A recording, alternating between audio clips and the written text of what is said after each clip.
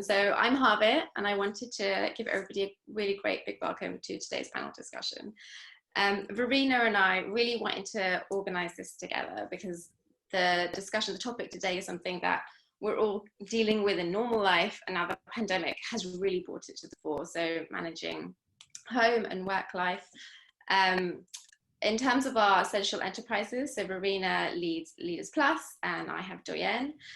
We're on a similar mission where we really want everybody to be able to achieve their full career potential. And we're especially focused on parents. At the moment, you know, I'm especially interested in gender equality in the workplace and what works. And we know that motherhood is one of the biggest contributors to gender pay gap. So it's really worrying when I see research like that, which has come out this week, which says that during the pandemic, women are spending more time on childcare and homeschooling than men. And that kind of makes me think, well, what are the longer term implications of this if men are able to put in more time into their workload than women are? So I feel like today's topic is especially important for us to take away some key practical activities or tools that we can implement in our daily life. And that sounds really negative in terms of the issue, but I'm hoping we can walk away feeling super positive with actions that we can take and feel better about what we're doing and how we're doing it. So I will let Verena introduce Leaders Plus herself in the panel session, but I just want to do a little bit of housekeeping. So you will see that we're on a webinar format, so you're all not on video and you don't have to worry about mute or unmute, but we do want this to be as interactive as possible. So you'll see a chat function and a Q&A function. If you click on the chat, you'll be able to talk to all the other participants, and we really want you to engage. We have an amazing panel that will be sharing their wisdom, but we know that there are so many brilliant people who are joining as attendees, and we would love to have your tips and your advice too. So do please share in the chat. And what we'll try and do is collate some of the advice and share that post-webinar to everybody who signed up. Separately, there's a Q&A function, and that's private and comes just to us, the panelists. So please do use that for sending private questions that we can then use for the Q&A later. So the last 15 to 20 minutes of the webinar will be Q&A from the audience. So please do use. So if you send it in the chat, it may get lost if the chat gets busy. So please do send through in the Q&A. But other than that, I will be handing over to Verena now. And thank you so much to the panelists. I really look forward to seeing how this discussion goes. Thank you, Javier. And Javier and I were really living, like I'm sure everyone watching is, this experience. We just had kids running around with porridge literally 10 minutes before this session started, with porridge all over the floor. And I think that's the reality of all of us.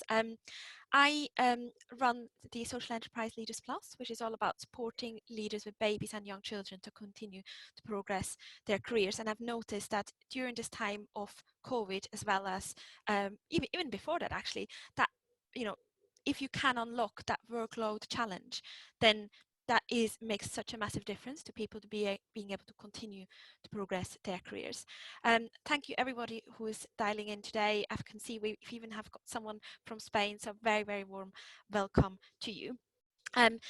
We'll focus about 30% of the time today talking about workload in the times of COVID, i.e. with kids running around spilling porridge all the time, and the rest of the time we'll talk about long-term long-term workload management. We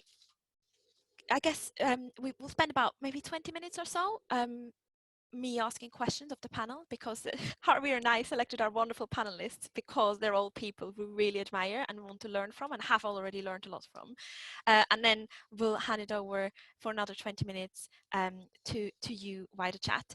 I'm going to ask the panel to introduce themselves in a minute, but in the meantime, can I also ask the people watching to say who you are and where you're dialing in from, and also your biggest learning point in workload management, either recently or before the COVID time. So panel, can you please introduce yourselves, what you do, and who in your family is at the moment with you, and of course share with us your biggest learning point in managing workload over the past few years. And we will start with Susanna. Hey, thank you very much, Verena, and welcome everyone. It's amazing to see how many people wanted to sign up to this, really encouraging. So my name's Susanna and I'm the Chief Executive of an education charity called Action Tutoring. We support children from disadvantaged backgrounds in English and maths using high quality volunteers. And as an organisation, we work in 8 cities across the country. I have a staff team of 29 and we work with just over 1,100 volunteer tutors a year. At home, I have a little boy called Joshua, who's now nearly 3. And under normal circumstances, my husband and I were both working 4 days a week and each having a day in the week with Joshua, which we were finding was a really good balance for us, both for our work, but also to have that really precious time with him in these early years. That's obviously been thrown out the water. And at the moment, our setup is that one of us works in the morning, the other works in the afternoon, and then we use the evening to catch up. And that's definitely provided new challenges of how we juggle it and how we prioritize. And being completely honest, where there are real clashes and we both just have to be on a call at the same time, the answer to that is Paw Patrol. I don't know about anyone else on here, but I'm certainly getting very sick of Paw Patrol during lockdown, but it is at points a lifesaver for those really important calls. And I think my biggest learning points in managing workload have been to be really clear to both myself and to my team what my priorities are and where it is that I can most add value to the team. I think before I had Joshua, it was quite easy to say yes to a lot of things. And one of my biggest learnings since having Joshua is learning to say no and not being embarrassed or ashamed to say no. And it's definitely something that I found has got easier over time, and it's enabled me to streamline my work and really think about, as I said, what my priorities are and what are my skills that I can really bring to the team that will most add value to the work we're doing. The other thing for me that was really important to set out early on was that I knew that being back for my son's bedtime most days was something that was a really, really important to me, that I really wanted to try and prioritise. So I actually explained to my team at work really early on that I would be leaving to get back for bedtime most days, and set that expectation that I wouldn't be staying late in the office. The team know that sometimes that means I will pick up emails and things in the evenings once Joshua is asleep, but making that really clear boundary that was a really important value for me and for my family early on was really valuable. There are reasons why I might miss bedtime, for example, a board meeting or a networking event that I think is going to be particularly useful, but I'm very clear that it has to be a really good reason to do that and to try and keep that bedtime time really sacred for us as a family. Yeah, thank you for sharing,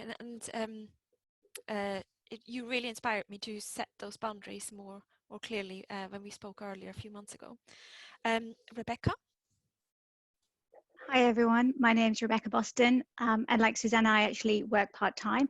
I've in fact been working part-time for 14 years. I initially started working part-time for childcare reasons and kind of managing my parenting juggle, but actually more recently I'm using part-time to enable me to manage my early menopause. Additionally, I manage a multidisciplinary team of geologists, engineers and economists focused on economic valuation in oil and gas fields, in particular in Africa. And I'm sure many of you have seen in the press, my industry is going through a rocky period with lots of uncertainty and stress, pretty much like my personal life, as I now live full-time with a preteen, a teenager and my fiance, all of us in the house together. I've never been busier at work, and also now apparently I have to contribute to on a regular basis to my teenage son's GCSE learning and my daughter's year 5 learning as well, and I've only really been able to stretch to this temporary new normal because actually over the past few years I've worked really hard on my values, pretty much like what Susanna was saying, but also I've worked incredibly hard to create a gender neutral household. So everyone pitches in. My son cleans the bathroom, my daughter mops and sweeps, my fiance and I are equal food managers. And it was really, 7 years ago, I came to a realization that if I don't put my oxygen mask on first, no one's going to do it for me. And I've actually done this work quite publicly via my passion blog, diversity-puzzle.com. And I'm really, I use it to help inspire other women to stay in the corporate world, through, understanding what their boundaries and their values are. It's very much my passion project. And it's still definitely, and my blog and my family are still very much a work in progress. But I was a single mum for 6 years. And now being in a household where everybody contributes to the household actually means that during this lockdown, while I have been busier than I've ever been at work, actually we've been able to all share the burden. I've been hearing lots of my friends say how they're feeling very overwhelmed, that everything is their responsibility. And, at least in my house, we've worked really hard to make sure that, the household and caring is everybody's responsibility. Mm. Yeah, I love this idea of a gender neutral household. I really want to know more about how you set it up. Karen, can we hear from you? Oh, hi there. I'm Karen Airwhite. Thanks, Serena and Javier, for having me on the panel. I'm a productivity coach. I founded a business called Go Do, which helps busy, overwhelmed people get back in control of their time and get more done. I set up the business in the second half of my maternity leave with my daughter. And before having my daughter, I was chief exec of a small government regulator. So I've got one daughter, she's called Orla. She is 19 months old. Currently running around the flats screaming, but hopefully you can't hear. And in sort of normal non-COVID time, she is in nursery 2 days a week and goes into creche for a couple of other mornings. My husband works full time, so I'm then for the rest of the week sort of balancing, looking after her and trying to get some stuff done on the business. I'm in this slightly unusual situation actually in terms of the pandemic, where actually we're splitting childcare 50-50 at the moment, because my husband is a civil servant, very understanding employer. So I actually have a better sort of childcare coverage at the moment, because I'm able to do that 50-50 split. So which is great for me, and we're all really enjoying that. The biggest learning point for me, I think, over the last couple of years is learning that you can't do everything. I do this myself, and I talk to my clients about this, which is sort of seeing your to-do list as a list of options, and making good choices about what you do and what you don't do, being the key to making that work. So that's been my big learning over the last couple of years. Also, I think the power of really kind of small changes to habits and routines, which can make really big differences, I think, in terms of how you're able to manage your workload and able to balance that with home life as well. I'm fascinated by this idea of small changes. We definitely need to pick up on that. Over to you, Vicki. Thanks, Verena, and hello everyone. It's really lovely to be here. And I was just reflecting, actually, as I look at this panel of women. In lockdown, I'm at home with my husband and 3 sons, and it's actually immensely refreshing to see some female faces. So I'm Vicki. I'm the Director of Regulation and Insight at IPSA. IPSA is the independent regulator. We regulate MPs' pay and business costs and expenses. They are frantically busy at the moment serving their constituents who are, have a range of problems, mostly at the moment related to pandemic. So I'm working as hard as I've ever worked, actually. But from home, and it's a very different experience, which I know we're going to go on to talk about. So as I mentioned, I have 3 sons. One is about to turn 22 this month, one is going to turn 16 next week, and the other is 19. So I'm I've worked a variety of hours and work patterns as they, starting from when I just had my eldest son to where I am now. And I think one of my learning points is that you adapt. I think that young childhood stage feels so intense and so demanding, you can't ever imagine coming out the other side of it. But you do, and your children still need you, and you need to adapt. And so I guess one of the things I've learnt and have really put into practice most effectively the last few years is to give myself time to reflect.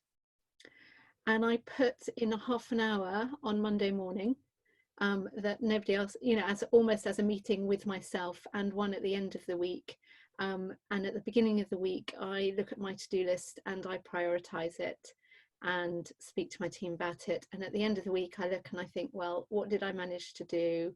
What didn't I manage to do? And I wonder what's going on, you know, like what made it easy to do or difficult to do. And then I roll that over to the next week. So I think scheduling time to think and to stop doing is critical. And I think particularly at the moment where we're all juggling so much from home, it's difficult to stop, but it's what keeps you sane. So keeping sane, maximizing the sanity is probably the most important overarching principle in anything you can do. I'll stop there, Verena. I do want to pick up on that actually. So quite a few people, including Kate on the chat, have mentioned this huge pressure, and thank you, Kate, for sharing this so honestly on the chat, and lovely to see a Leaders Plus fellow on it. How do you maximize your sanity practically, especially when you have young kids running around and a huge pressure going on? Well, I mean, I'm sure others will have tips as well, but I think that we all have ideas of how we want to live our life and how we want to bring up our children. And, you know, I was very clear at the start that I wanted to be a very hands-on mum, and I didn't want them to have screen time. Not that there were smartphones around when my children were very young, but, you know, I was going to be this delicious mummy that made all their food, that read to them, that never raised her voice, and just smiled, you know, in an Earth Mother way the entire time. And of course, that lasted about 24 hours. So I think the thing somebody told me very early on is you have these ideas and you have these principles and values about how you want to run your life, but think about what's actually happening as a result of them. And this overarching principle of maximizing the sanity, if you are in a state and you need 20 minutes to yourself, it's okay for your child to watch telly, you know, as I think you were saying, Susanna, you know, and it won't matter, they won't remember it, but what they will remember is a parent that was more present and calmer and more loving because they took a bit of time to do what they needed to do. And I think, you know, that sort of, we sometimes have far too many expectations of ourselves, and that maximizing the sanity gives us freedom to think, what do I actually need to do in this particular situation to keep everyone calm and happy, rather than can I boast on social media that my child read Jane Eyre and they're only 3 years old. Yeah, and actually sometimes choosing to give yourself permission to have that, I think is very powerful. Anna on the chat made an excellent point about making sure that actually we shouldn't just aim for sanity but for happiness, which I think is an amazing comment to make. Rebecca, you wanted to add something? I just wanted to share something that a colleague told me about, that as she was reminiscing with her mum about the dinner of small things that they used to have as a family, and her mum could not recollect what her daughter was talking about. She was like, no, it was amazing, Mum. We used to have this plate and there was all these small things on it, and we would have it, on like, a Thursday or Friday night, and it was so lovely, and we could watch TV while we had it. And she really recalls this as this amazing, positive, lovely memory of her childhood. And then suddenly, her mum was like, oh my God, that was basically when I had no time to cook or do anything. I would just take whatever was in the cupboard and put it on a plate, and told you it was the dinner of small things. And for her daughter, this was like a lovely, event that she even remembers now. She's in like her 40s. So I think we also, need to recognize that children's perceptions, they're not, they're not seeing the world in the same way as we are seeing it. And I think we just need to give ourselves credit for that it's okay to give our children like a dinner of small things in front of the TV. If we are exhausted by the end of the week, they're probably going to think that that's a really amazing proactive choice you've made. I love that. We'll definitely try out the dinner of small things in our household. Quite a few of the panelists, but also on the chat, have mentioned the boundaries, setting the boundaries with the workplace, and that's particularly tough when you are dependent on clients, when you are dependent on funders, or you have a boss who is quite demanding. Susanna, you mentioned that you're really good at setting boundaries, so sorry for putting you on the spot. What do you practically do? What do you say to make sure those boundaries are there? I'm not sure really good is quite how I'd describe it. A work in progress, Verena. One thing that's worked incredibly well for me is that on my day off, I always put an out of office on, which initially felt a bit silly just doing it for one day. But one thing I found is that over time, more and more people, not just internally, but people I connect with a lot externally, now just know that I'm not available on Fridays, and it's easily helped to limit the number of times Friday gets suggested as a day for a meeting or a call.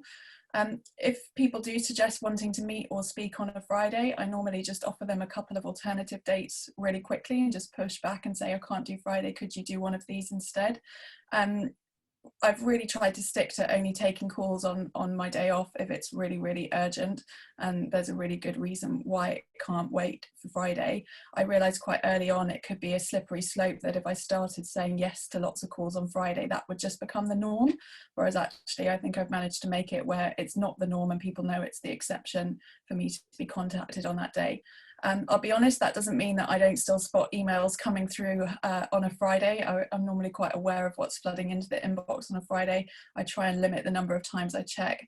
But I've also found that then helps when I go back on Monday, that I know what's going to be sitting there and can help me think through in my head on the commute or on Sunday evening what it is that I'm going to need to prioritise on Monday morning. But I really recommend that out of office. It was something that somebody on the Leaders Plus course suggested to me. And the other thing I do actually is at the bottom of my email footer, I put that I often work flexibly, and that whilst I might send an email at a certain time, I don't necessarily expect a reply at that time. And I've seen a lot of people putting those on during lockdown. I think it's really valuable just to communicate to external audiences that your working hours might be a bit erratic.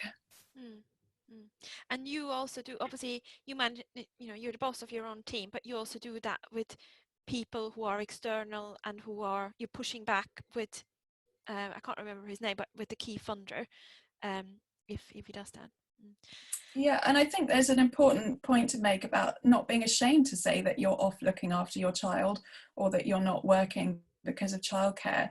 I wonder if it's something that women used to hide and they didn't want to publicise that was why they weren't available that day. But my husband now does the same on his day off and also makes public that he's not available on Tuesdays because he's looking after our little boy.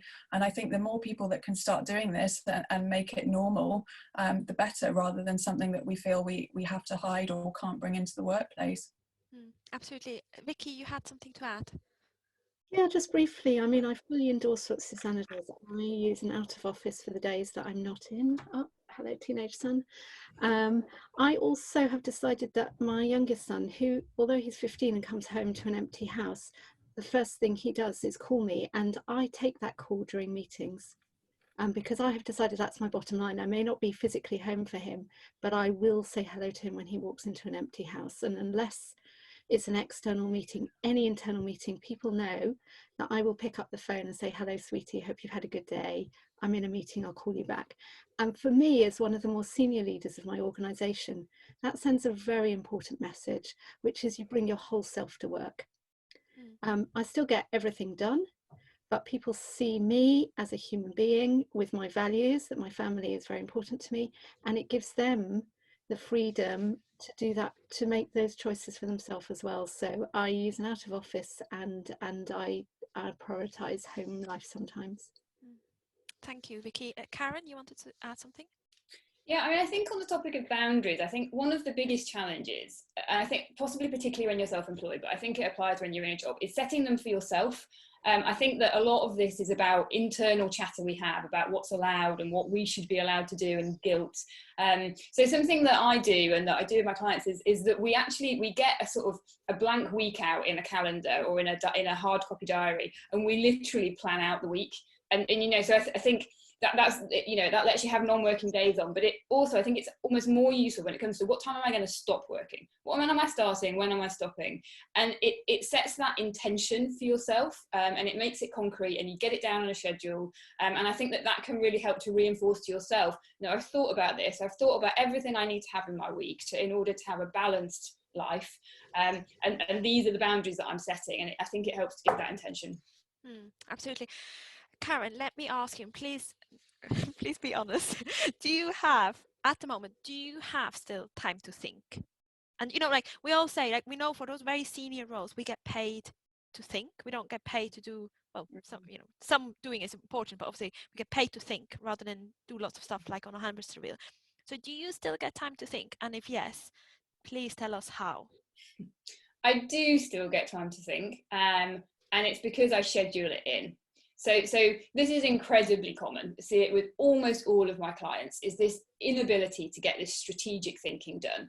Really, we can think of our work as being, there's some doing stuff and connecting with people, and there's some strategic thinking. And for most jobs, particularly at a senior level, and particularly as you get more senior in your career, you have to manage to fit this stuff in. But of course, it's in this important but not urgent category. So it just slips down and down the to-do list. The things that I've found useful for myself, and also I've seen other people do well, is scheduling it in, creating some way of getting yourself into a different headspace for it, because it does need a different headspace. So I found changing location can be really helpful for that. Quite difficult at the moment, of course. So one thing that I do is that I take myself off on a sort of DIY planning retreat every 3 or 4 months. So I literally, all this is I book myself into an Airbnb for one night. I'm away from the house for 24 hours, arranging my husband to look after the little one. And I take myself more into that strategic zone and think, what am I trying to achieve? How am I going to get there? What's the plan for the next sort of 3 or 4 months?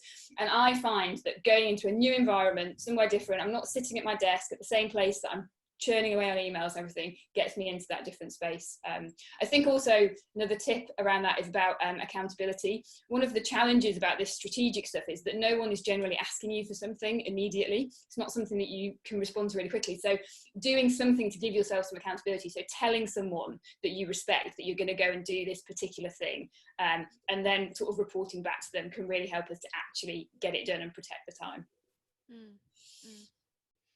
Yeah, I like that. Vicki, you wanted to add something? I just wanted to add something because I can see from all the chats that people are setting unrealistic expectations themselves, that this is a normal working at home situation. And I it's sort of tugging at my heart a little bit. And I just want to say, we're not working at home at the moment. We are at home during a crisis and trying to work.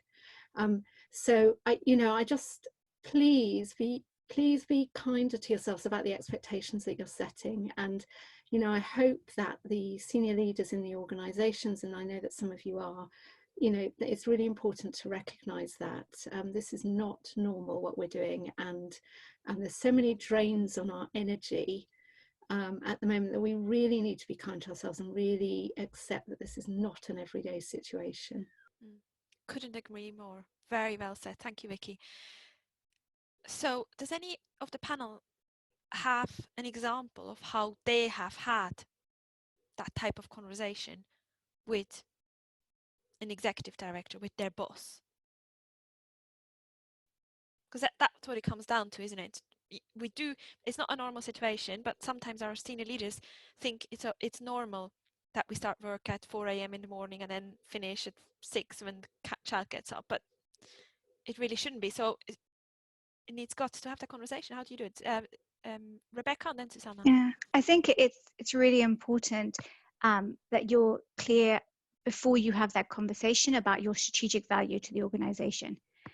I think once you know what your value is, then you can have a much clearer conversation with your boss. You're not simply going in saying, I'm really overwhelmed, I don't know what to do, what's the answer? You're going in and saying, you know what, right now, if I was able to do 10 strategic things in a week before, now I probably can only do 5. What are the 5 most strategic things that will add value to our clients and our customers? I'm going to prioritize that, but I need your guidance right now to do that. And that's, the kind of conversation that I had with my boss as well, in terms of understanding, what I should prioritize right now. But you need to also have some thought behind it. You can't just go in expecting them to give you the solution. I think you should go in with an idea of what you think the top 5 is and have a negotiation, you know, around that. And it could be, you know, that maybe you work in a project cycle, so you can agree that and that's it for a month, or it could be that you have to have this conversation every week. It depends on the nature of your work. But, you know, I think this is also a really good opportunity during the pandemic to practice your strategic kind of filtering, because that will help you once this is finished, because suddenly things that you thought were, you know, really important have just become nice to haves. And actually you discover that your clients and, you know, your senior, you know, stakeholders, they don't really even care about that bit of your role. And this is a really good opportunity for you to kind of filter what might be really important for you in terms of taking the next step in your career as well. So, you know, don't, you know, obviously it's a really big period of overwhelm. I you know, in my industry especially, every day everything is changing, and we're having to take new views every day about the oil and gas market. But, you know, keeping those strategic high level views during this, you know, very changing process means that, you know, you can also maintain visibility, because it is incredibly easy when you're a parent to lose visibility in your organization. So, you know, I think that's definitely having these focused and strategic conversations, I think, can really help you, and also help your manager help you. That's so interesting to hear. I love how bold and brave you were to just say, this is what I can do. What are the priorities out of those 5? What top 3 things do I need to focus on? That's really, for me, I think that's really inspirational. And also everybody should give themselves permission to do that, because it is, as Vicki says, it is a crisis, and we do need to give ourselves, you know, we have the right to have that conversation. Absolutely. Susanna, you wanted to add something? Yeah, I think my point really builds on what Rebecca was saying, that I mentioned in my introduction, that figuring out where I most added value and what the really key priorities are was really important. And lockdown and having my son at home has definitely sort of forced that even further, to really think about where I add value. At the start of lockdown, I had a really honest conversation with my chair of trustees, that my working pattern was going to look a bit different, and that this was inevitably going to be a real struggle. Thankfully, he has grown-up children, but was very understanding that you can't just leave a 3-year-old unsupervised for hours on end. So he's been really supportive and basically said, look, don't worry about the hours, as long as you're focusing on the key priorities and dealing with the most important things, you know, don't need to worry about clock watching your hours, which was really valuable to hear.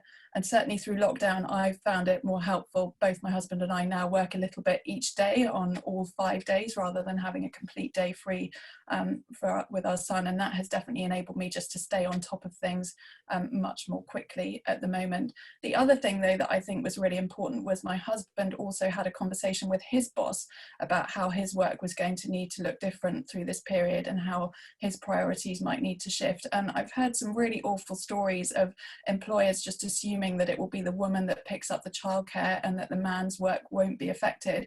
And I think it's equally important that partners and men have that conversation as well with their employers, so that it's not just the women that are expected to be juggling through this. And again, thankfully, his employer was really understanding and supportive, but we need the men to be championing this as well, not just the women. Absolutely. Vicki? Yeah, I agree with Rebecca that you need to surface these issues with your boss, otherwise it's just your problem and it's hidden from sight, and you just work harder and harder and harder, and that's not right. And these conversations aren't easy, because people don't always want to hear about them. They don't want to hear that it's difficult for you. They want you to sort it out. But it is important that the employer takes that shared responsibility, that you have a fair workload. And I've had a number over the years, and probably the further back they were, the more difficult the conversations were, because attitudes were slightly different. But I have had conversations with bosses where I've had to where I felt almost tearful with fear about it. So it does take a bit of courage and energy, which is why it's worth sometimes discussing it with someone else before you speak to your manager, to say, well, look, in these hours, this and this is possible. And as Rebecca said, what would you like me to focus on? And you may get pushback, but it's a reasonable thing to ask, so you can keep doing it. And the other thing I suggest to people is networks, support networks. So I created a part-timers network in every job I've been in, because I think then you can see where the themes are and you can ask the organisation to address it as a systemic organisational issue rather than you struggling. It's something the whole organisation needs to address so it can bring the best out in all its people. Well said. Well said. You mentioned about teams, and all of you are leaders or have been leaders of teams. How do you manage your team's workload?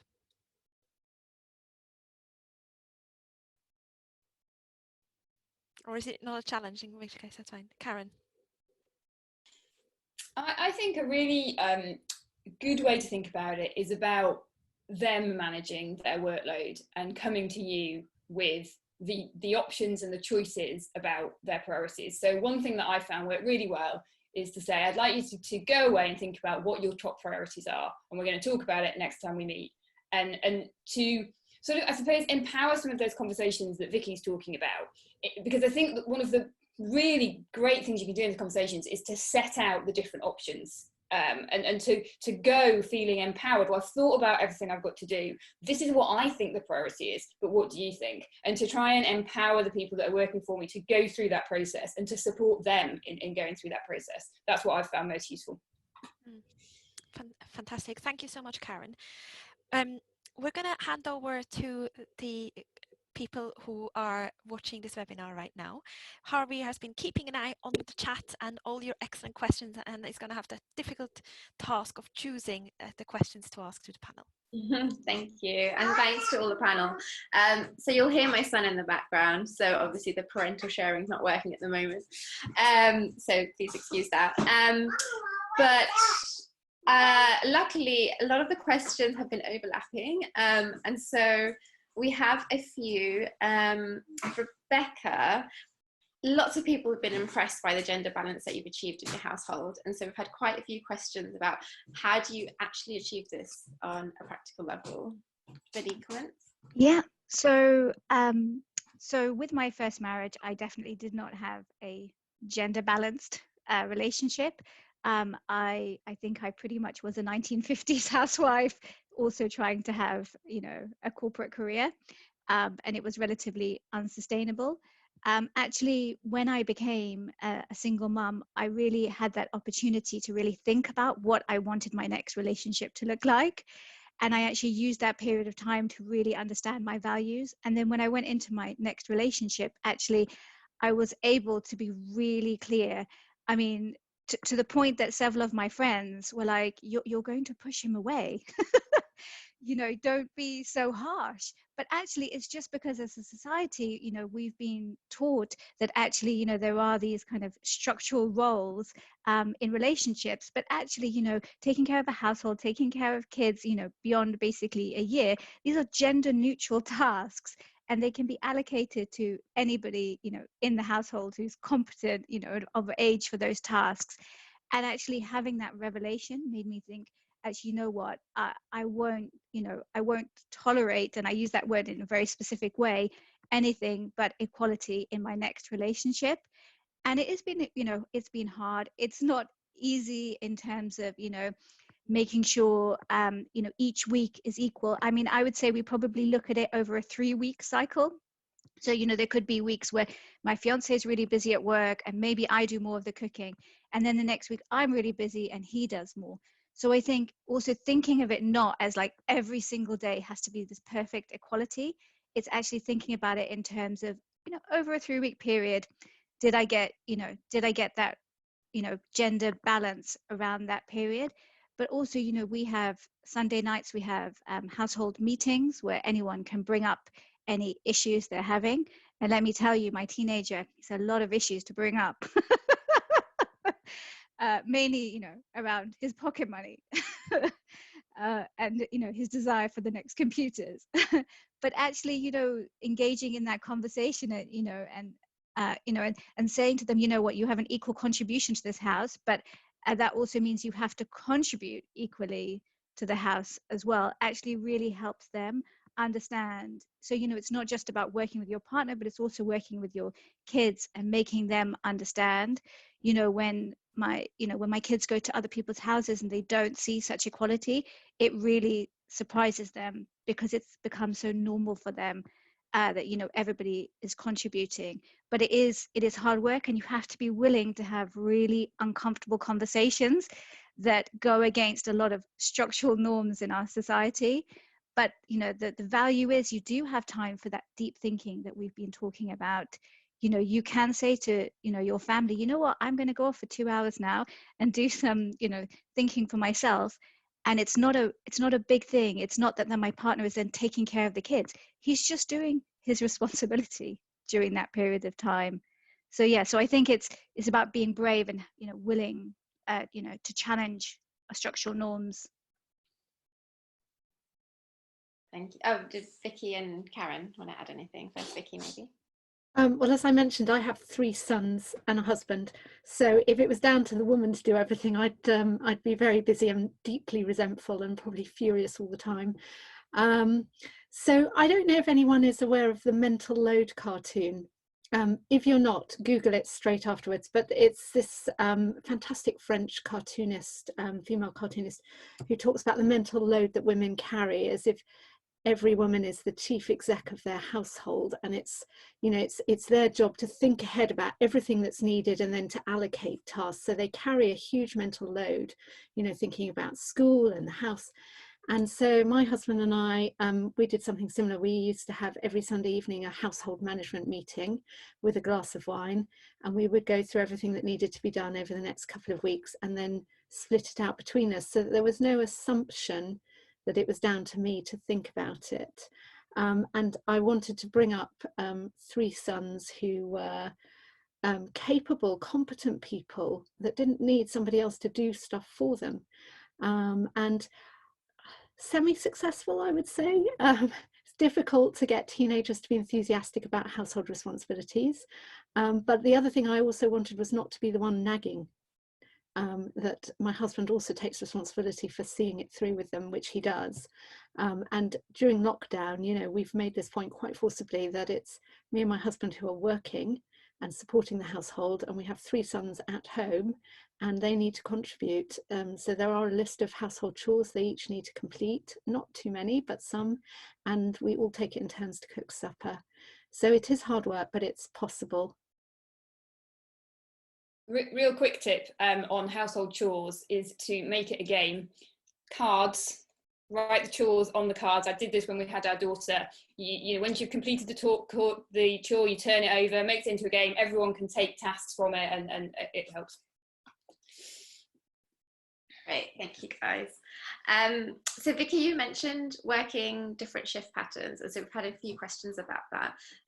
So how do you actually manage it on a practical level and deal with potentially the lack of structure and routine and the impact they might have on children in terms of the uncertainty? So do you have any advice on how to deal with working shift patterns well? You mean working shift patterns now during the pandemic? No, I think you mentioned that in your career you've been working different shift patterns. Oh yeah. So I've worked a variety of patterns so that I can, as far as possible, live the life that works best for me. And you know, I previously worked in the civil service, which, as a number of people have mentioned, is a good employer when it comes to parents and people just having other priorities as well alongside work. When I had my first son, I worked 3 days a week, and that carried on until I had my 3rd son.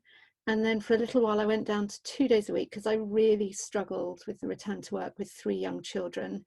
I think my lowest point was I turned up to work one day in my slippers. Everyone thought it was funny, but I didn't think it was funny. I was really crying on the inside because for me, I commuted all the way to work without noticing, and it just showed that I wasn't actually coping. And we put some changes in at home, and I went down to 2 days a week for 6 months just to kind of pull myself together a little bit. And then went up to 3 days. And then when all my children were a little bit older, I went up to 4 days, with 1 day a week at home so that I could be at home when they got home from school. And I currently work 5 days over 4. And I think what I've always emphasized with the kids is, first of all, these changes aren't that sudden, but for me, I always think about what's staying the same. So for the kids, and when you have young kids, emphasizing what's staying the same is very stabilizing for them. You know, mummy and daddy are still here, or mummy and mummy are here, or, you know, whoever it is. And we love you, and we're doing this so that we can spend this time with you because it is fun to do this together. And then the other thing I've always done with my kids is say how much I enjoy working. That I love working, because I do not all the time, but a lot of the time it's very motivating for me, and I would really suffer if I didn't work, and I want them to see that me working is a positive role model. But I think planning and really going back, it's that time to reflect what's really, really important to you, and then how do you fit the different jigsaw puzzle pieces in place.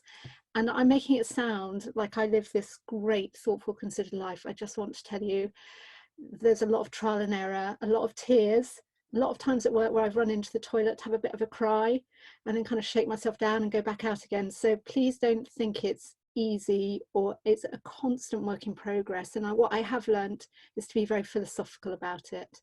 You know, sometimes it will work fantastically and you feel like you can do it all, and sometimes it will feel totally terrible and that you're doing nothing well.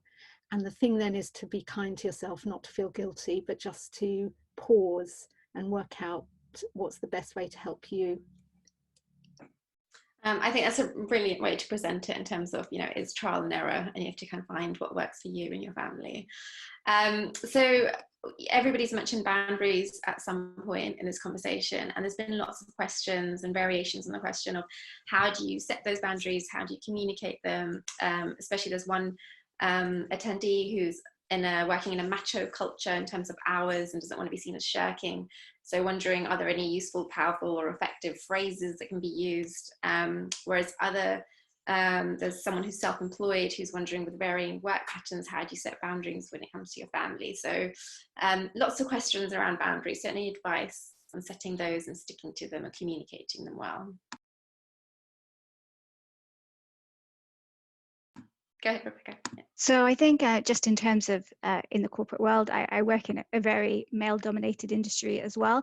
And I have worked, you know, for 7 years I worked 3 days, and now I work 4 days. And I think it's really important that you know, again, going back to understanding your value. And if you can understand your value to the organization, then you can communicate that value much clearer, and you don't have to have that conversation about presenteeism in that organization. Yes, you will be visibly leaving early, or you will not be present on that day, but you also just produced that webinar that 250 people were part of. So I think it's, you know, not thinking about the, you know, the individual who's going to be judging you, and there will be people who are going to be judging you, and really communicate with, you know, the senior management about the value that you are bringing by doing that. You know, it is very hard when everyone around you may be working, you know, a more normal pattern to feel like, you know, you're being judged, and somehow because you're you know, your bum is not on a seat, you're somehow producing less. But I think the more strategic you can be about the work you do, and the value you can bring, and you know, my key is to make friends with the sales team, because then, you know, you'll have much more client visibility. You know, so that's a key tip for me is to make sure, you know, you focus on those things that are visible to the clients and visible to stakeholders, because that's really where your value, you know, is going to be had. Yes, Susanna and then Karen. One thing I would add is that I think often women are very apologetic about things, and I think we sometimes do ourselves a disservice by doing that. And one thing I've learned is just to try and actually speak more confidently about how I'm managing my work and my boundaries and my priorities.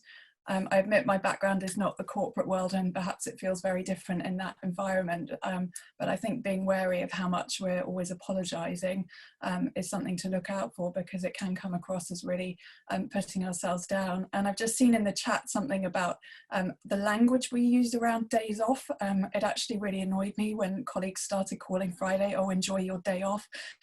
Most people I know would tell me that they find their day looking after their toddler far harder than their day in the office. this, and I've really tried to rebrand it as my day with Joshua rather than my day off or my day looking after my son. And I think just how we even use language around those kinds of things can send a really powerful signal to people. I just wanted to add, I think there's something about setting boundaries which is about sort of emboldening ourselves to remember why it's important to us. So an exercise that I sometimes do with people is to think about our values, think about what's important to us, think about being 80 and looking back at your life. What do you want to have happened? You know, what, and probably things will come out around, well, you know, I want to be there for my kids, or, you know, or conversely, I want to have a professional life that I'm proud of, or, you know, these things are important to me. So getting in touch with why you care about this boundary, because then you can go into that discussion feeling much more confident. One final tip from me, which is to try and make it a partnered solution. So, you know, I have in the past said to my boss, I want to do this fantastic job, and how can we work together to make this happen as well as possible? You know, I'm here to support what's going on, and to try and, so it's that sort of sharing of responsibility for making it successful. And I really agree with Susanna, you don't need to apologize for the hours that you work. These are the hours that you work, and that's great, and that's your contribution. Thank you. So I know, Rebecca, you have a system for this, but somebody's asking, how do you work out what is strategically important when everything feels important and urgent?